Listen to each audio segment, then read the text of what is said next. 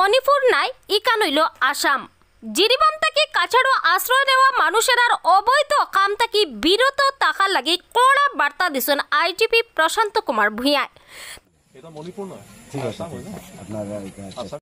তাইন কইছেন আসাম অতীতে আলফাত থেকে শুরু করিয়া বহুত জঙ্গি সংগঠন দমন করছেন পুলিশে। কেউ যদি আসাম আইয়া অস্ত্র আত তুলি লাইন তানোর বিরুদ্ধে অস্ত্র ব্যবহার করতে পিস পাও দিতা না পুলিশে। তাইন সোমবারে লক্ষ্মীপুর মণিপুরের কিনারর এলাকা সীমানা এলাকা পরিদর্শন করছেন আর স্থানীয় মানুষের লগে কথা কইছেন। এছাড়াও মণিপুর কর্তব্যরত আসাম রাইফেলসর আধিকারিক এরার লগেও দেখা হয়েছে। তানোর আইজিপিয়ে জানাইছেন যে কাছাড় জেলাত আশ্রয় নেওয়া মণিপুরের বাসিন্দা এরার একান তালিকা গড়িয়া তোলা হয়েছে আর তারা বাড়ি বাড়ি গিয়া সমীক্ষা শুরু করছেন।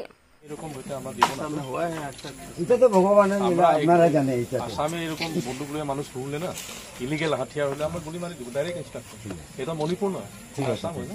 আপনারা আসামে 20 বছর আগে আলফা ছিল, এনডিএবি ছিল, ডিএসডি ডিমাচা ছিল, এখন কিছু নেই না, শান্ত অবস্থা, শান্তি আছে। বর্তমানে তো শান্তি দেখা যায়, হয়তো কি কর্ম না কমে সেদিন আপনারা কমান্ডো লোক যা এখানে। কাছাৰৰ পৰিস্থিতি বহুত শান্ত, এতিয়া খুবেই শান্ত। যোৱা ঠিকে কৈছা, 3বাৰ আহিব লগা হ'ল, যিহেতু আমাৰ বৰ্ডাৰ সিপাৰে জিৰিবামত কিছুমান বিক্ষিপ্ত ঘটনা হৈ আছে, আজিলৈকে হৈ আছে। তো আমাৰ তাৰ প্ৰভাৱ যাতে আমাৰ আসামত নপৰে, বৰাক ভেলীত যাতে নপৰে, জিৰিঘাট, শিলচৰ, লখিমপুৰত যাতে নপৰে, তাৰ কাৰণে আমি ছিকিউৰিটি পৰ্যালোচনা কৰিছোঁ, সেইকাৰণে মই আহিছোঁ। আমি তেওঁলোকৰ পৰা যিটো গম পাইছোঁ, জিৰিঘাটত এতিয়াও টেনশ্যন আছে। দুইটা কমিউনিটিৰ মাজত ছাছপিশ্যন আছে, সন্দেহ আছে। তাত কাৰফিউ চলি আছে, কিন্তু কাৰফিউ মাজে মাজে ৰিলেক্সেশ্যনো হয়। 24 ঘণ্টা কাৰফিউ আছে এইটো নহয়, মাজে মাজে ৰিলেক্সেশ্যনো হয়, কিন্তু তাত টেনশ্যন আছে। আৰু নৰ্মেলচি মষ্ট প্ৰবলি লাহে লাহে ঘূৰি আহিব, তাৰ কাৰণে মণিপুৰ গভৰ্ণমেণ্টে যথেষ্ট ব্যৱস্থা লৈছে। আৰু মানে মানুহ কি কাছাৰত সোমাই আছে নিজে আশ্ৰয় লোৱাৰ কাৰণে? প্ৰথম যেতিয়া ইনচিডেণ্ট হৈছিলে কেইদিন আগত, তাৰ পৰা এতিয়ালৈকে আমি যিটো 1700 মানুহ আমাৰ ইয়াত অহাৰ ৰেকৰ্ড আছে।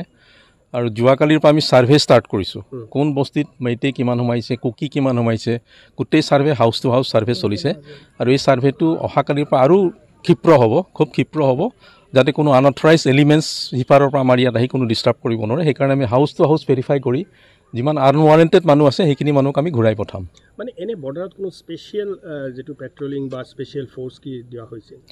আমি আসাম কমাণ্ডো ইয়াত দিছোঁ, আমি লোকেল ষ্টেট ফ'ৰ্চটো আছে, তাৰোপৰি স্পেচিয়েলাইজড ফ'ৰ্চ আমাৰ এছল্ট গ্ৰুপ বুলি কয়, কমাণ্ডো বেটেলিয়ান আমাৰ প্ৰায় 5টা এজি গ্ৰুপ দিছোঁ আমি। 5টা এজি গ্ৰুপ লখিমপুৰ চাব ডিভিজনে ষ্ট্ৰেটেজিকেলি ইম্পৰ্টেণ্ট লোকেশ্যন য'ত আছে তাতে আমি প্লেচ কৰিছোঁ। তেওঁলোকে নিজৰ ডিউটি 24 ঘণ্টাই কৰি আছে। প্লাছ যিটো জিৰি ৰিভাৰ আছে, জিৰি ৰিভাৰটো এটা আমাৰ কাৰণে অকণমান প্ৰব্লেম হয়, তাতো আমি নৌকাৰ বোটৰ পেট্ৰলিং ব্যৱস্থা কৰিছোঁ, 24/7 পেট্ৰলিং চলি আছে। আৰু প্ৰথম কথা হ'ল মণিপুৰটো বেলেগ ষ্টেট, তেওঁলোকৰ ছিষ্টেম বেলেগ, তেওঁলোকে যেনেকৈ কৰিছে আমি ক'বলৈ নাযাওঁ। কিন্তু মণিপুৰৰ যিবিলাক ইনচিডেণ্ট হৈছে অসমত হ'ব নালাগে। আৰু অসমত আমি কোনো ফালৰ পৰা আমি প্ৰশাসনে অসমত তেনেকুৱা এনাৰ্কি অৰাজকতা হ'বৰ কাৰণে আমি এলাউ নকৰোঁ। ইয়াত যদি কোনোবাই হাথিয়াৰ লৈ, ইলিগেল হাথিয়াৰ লৈ বদমাচি কৰে, কিবা কৰিবলৈ আহে, আমি কিন্তু ষ্ট্ৰিক্ট একশ্যন ল'ম। ষ্ট্ৰিক্টৰ পৰা যিমান ষ্ট্ৰিক্ট হ'ব পাৰে আমি সিমান ষ্ট্ৰিক্ট হ'ম। ইয়াত কোনো ধৰণৰ বদমাচি কাম কৰিব নোৱাৰিব। আতংকিত আছে তাৰ এই চাইডৰ মানুহ, যে মণিপুৰৰ পৰা যেনে কেতিয়াবা গোলাগুলি হৈ থাকে, তেওঁলোকে ইয়াৰ মানুহ আতংকিত হৈ থাকে। চাওক, এতিয়া আমি যিটো বস্তিত আছোঁ এইটো নামদাইলং, এইটো মণিপুৰ একেবাৰে বৰ্ডাৰত আছে, আসামত পৰে। কিন্তু তাত যদি সিফালে সিটো ছাইডত গুলি ফুটে, আৱাজটো অভিয়াছলি ইয়াত আহিবই। তো আৱাজটোত ভয় খাবলৈ একো নাই। আৰু যিহেতু ষ্টেটটোৱে বেলেগ, ইয়াত আমাৰ ছাফিচিয়েণ্ট ফ'ৰ্চ আছে, এৰিয়া ডমিনেশ্যন আছে, পাব্লিকৰ লগত টাচ আছে, গতিকে ইয়াততো হ'ব বুলি নাভাবোঁ। আৰু যদি কোনোবা বদমাছে দুষ্কৃতিকাৰী কৰিবলৈ ট্ৰাই কৰে, চেষ্টা কৰে, আমিতো ষ্ট্ৰিক্ট একশ্যন ল'ম। মেছেজ একদম clear. As of now, not. We are not going to shoot anybody without this thing review and proper surveillance. If found somebody doing this kind of mischief, subversive activities, we will definitely take action as per law. Any activities were noticed in last 17-18 days? They are having their own problem. From our side, in our state, we don't have any this thing, except the refugee part. Okay. Around 1,700 refugees are taking shelter here. We are trying to find out their actual names and database. We are collecting. Thank you, sir. Thank you.